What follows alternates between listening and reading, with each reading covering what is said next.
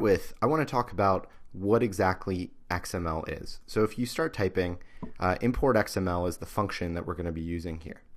So what you can see is going on here is what you're passing to this function is you're saying, here's a URL, and here this is a way that you tell XML what data you want to pull out of the URL that you're typing in. And the URL is just a web address, like www.espn.com is called a URL.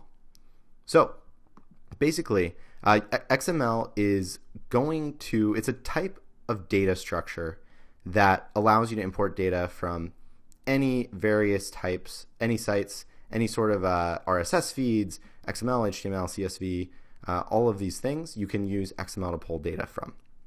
Now, if you want to learn to use Google Docs to extract data from the web, it's helpful, especially if you want to do so using Import XML, it is helpful to know something called XPath. XPath is the language and the query structure that looks like this. So for example, it's used to navigate through attributes and elements in any XML document. It basically allows you to fetch data that's found within certain tags. So for example, what this is going to do is this is going to find data that is linked to on this Wikipedia page. So let's see what happens if we type in this exact example query.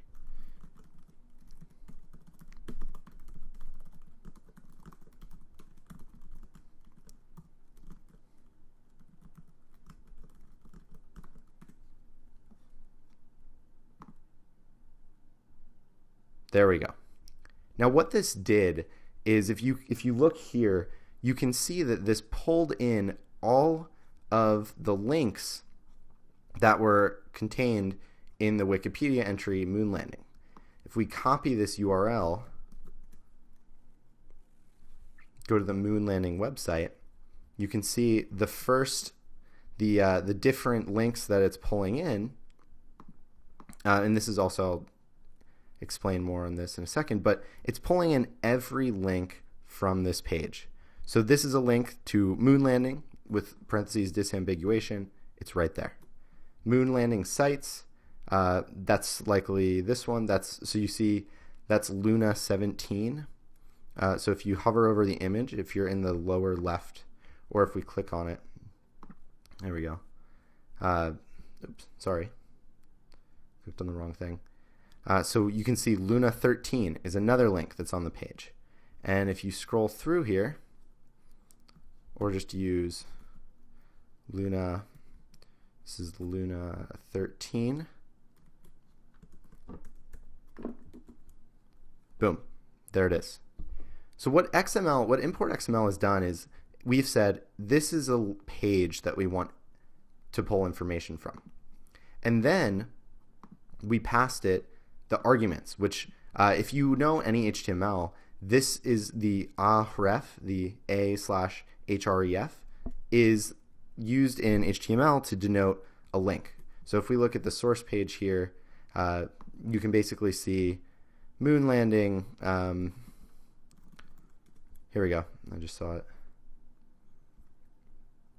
Here, the moon landing. So as you can see here, this is what the XML path is pulling from. It's finding within this page, which is an HTML page, it's finding the href tag and returning the information in that tag. So it's allowing us to fetch data from this page.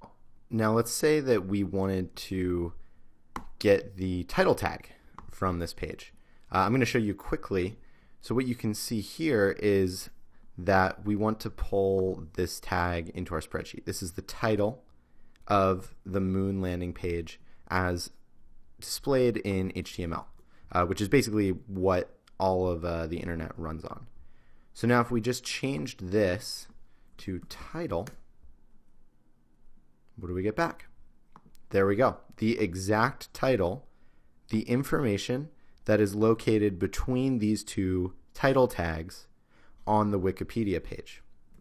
Now, I know you might be wondering, how is this useful? I promise you, it's extremely, extremely useful. Like if, for example, you wanted to see, you had a competitive spreadsheet, you had a list of all of the blog posts or something that your latest competitors have written. You could easily pull down that list, pull it into a spreadsheet, and then see how many times each one got tweeted, what the title of each one was, and basically pull together an interesting marketing dashboard or any sort of analytics dashboard that utilizes data from the internet. Now, in the next lecture, we're going to take a quick break. I'm going to go through and show you how you can use Import XML to keep track of prices on different websites. So I hope this is a good introduction. Shortly, I'll dive into a specific use case for Import XML, and then talk a little bit more about XPath and different attributes like title, href, span, and the like.